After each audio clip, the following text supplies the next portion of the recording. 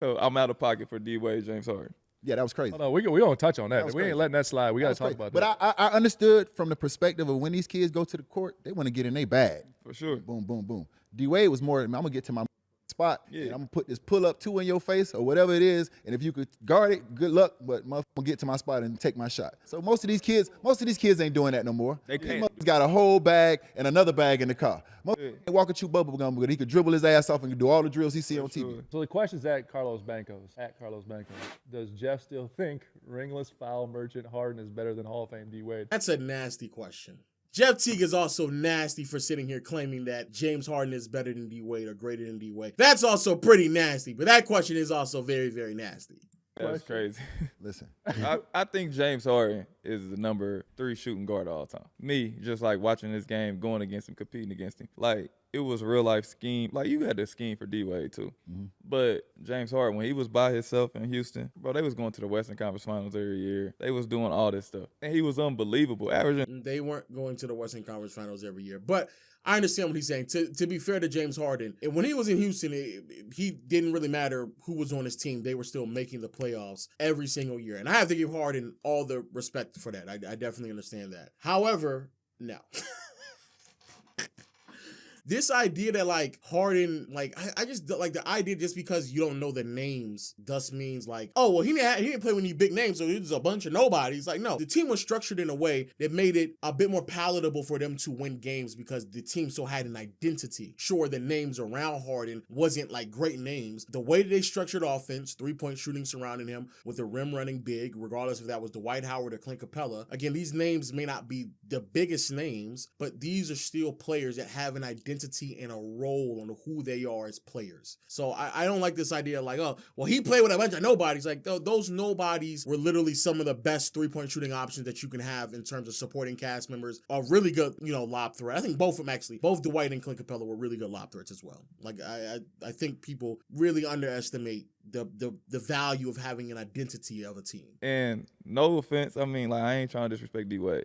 When before Bron got there, no disrespect to you too, Miami was damn near, y'all was competing with us, the Hawks. Like, we was going back and forth. Yeah. We wasn't like that. Then Bron came, different stratosphere. Flash was Well, wait. He was nasty. I wasn't there. He was nasty. Wait. What I ain't gonna let you do King is Kong ball. What I ain't gonna.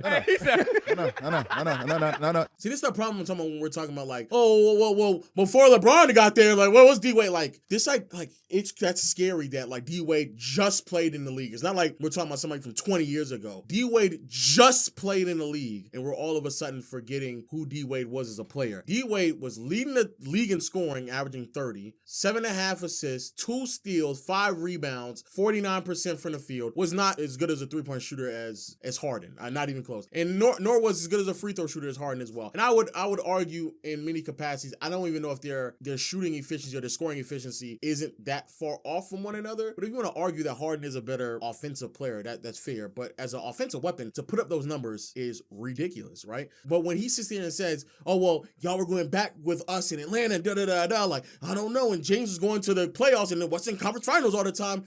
Here's a difference. In 2009, when Wade did that, he played half a season with Sean Marion, Udonis Haslem, shout out to UD, but it's Haslam. Mario Chalmers, who was 22-year-old, who was a rookie, only 27 games with Jermaine O'Neal, 26 games with Jamario Moon, 81 games of a rookie Mike Beasley. Okay. DeQuan Cook, who was a three-point shooter. If you look at this team, Mario Chalmers and DeQuan Cook are the only 2 three-point shooters. The rest of the team is like, there's 2 rookies who are getting quality minutes and a bunch of other, like, defensive-leaning role players who isn't really providing that much value offensively. That's who he was playing with. Again, just take the name away from it. You look at what Harden was doing back in 2017 when it was a bunch of supporting cast members. It wasn't Dwight Howard, and it wasn't before Chris Paul got there. Trevor Ariza wasn't the greatest three-point shooter, but and was respected at least as a three-point shooter. 34% from behind the arc. Eric Gordon, 37% from behind the arc. Pat Bev, 38% from behind the arc. Ryan Anderson, 40% from behind the arc. Another shot creator coming off the bench, but only played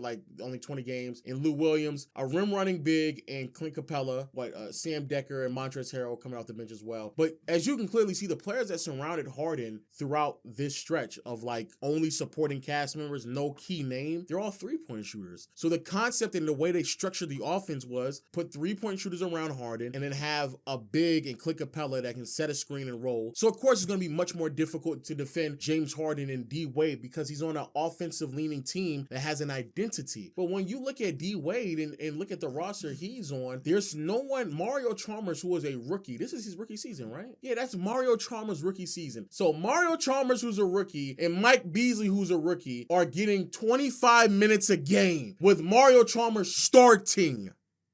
So, yeah, it was harder to defend Harden because he was on a more offensive-leaning team that had an identity. Also, this doesn't even talk about the fact that D-Wade was a significantly better defender than Harden. They also didn't talk about that either. Him and Joe. I'm telling you, like, block and shot, but I'm saying, like... Wait, what? Him and Joe. Wait, Nah, he's big moments and stuff. But like, I used to see him and Joe. I'm telling you, like, block and shot, but I'm saying, like... What? You used to see him and Joe? No, nigga, no. No, you did not, nigga. Oh, my God. What year is he talking about? Yeah, he talking about, okay, in 2009, when the Hawks and Heat matched up in the playoffs, Joe Johnson averaged a whopping 17 points. D-Wade averaged 29. It wasn't this nigga. This nigga was, no way. There is no way that a man who barely was making all NBA teams, you believe that it was this? Bro, no, bro. There was moments where Joe Johnson looked good. He could score. No one's taking that away from him. Joe Johnson was never on par with D-Wade. Are you crazy? Nah, that I ain't gonna lie. This is mad disrespectful. This is mad disrespectful. I like this. Is James Harden better on worse teams? Yeah. So if you put him on good teams, oh, damn, that's not a good thing to be. I'm not saying He looks really good with the Clippers. He looks really good with the Clippers. I ain't saying he was on worse teams, but I'm saying when he had his teams, they always was winning. Like he never had bad years. He like won 50 games a year, y'all. Okay, bro, but what did they win?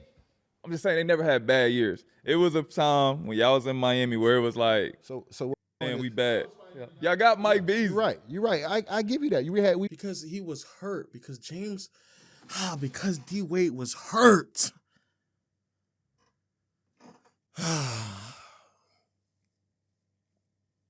Bro, why? Like, that's like such a very pivotal part of the conversation. Like, just overlooking it is crazy. It's sad because, like, bro, that just means that, like, D-Wade, this is like, we're talking about, like, what, 20 years ago at this point. We're not even talking about 20 years. Like, we're already forgetting who D-Wade was because he had 2 years where he was injured. And now all of a sudden, because those 2 years resulted in all of those vets that were on the team in 2006 who kind of either retired or they moved on to other teams. And then because D-Wade was dealing with injuries, like, bro.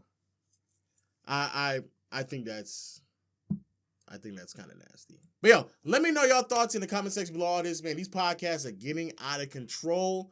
Yo, make sure you subscribe and notification bell for more NBA takes and reactions. And until next time, I'll see you all later. Peace.